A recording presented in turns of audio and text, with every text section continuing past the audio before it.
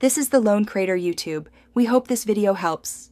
You start by opening the YouTube app and creating a short. This gets you straight into the editor. Make sure your account is signed in and camera and mic permissions are granted so effects can record live.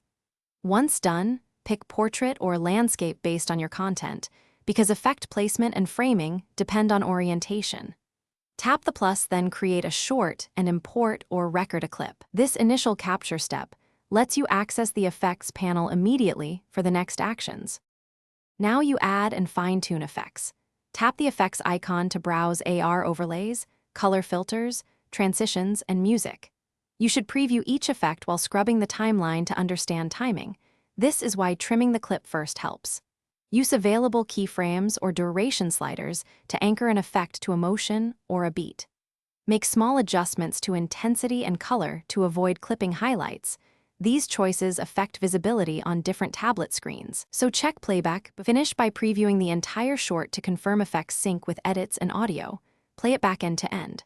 When satisfied, add a caption, select visibility settings, then publish with 1080p export and proper orientation so viewers see effects as intended.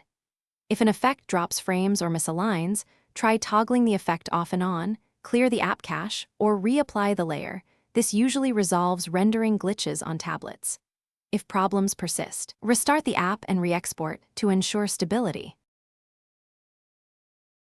Thanks for watching. Consider subscribing if we helped you.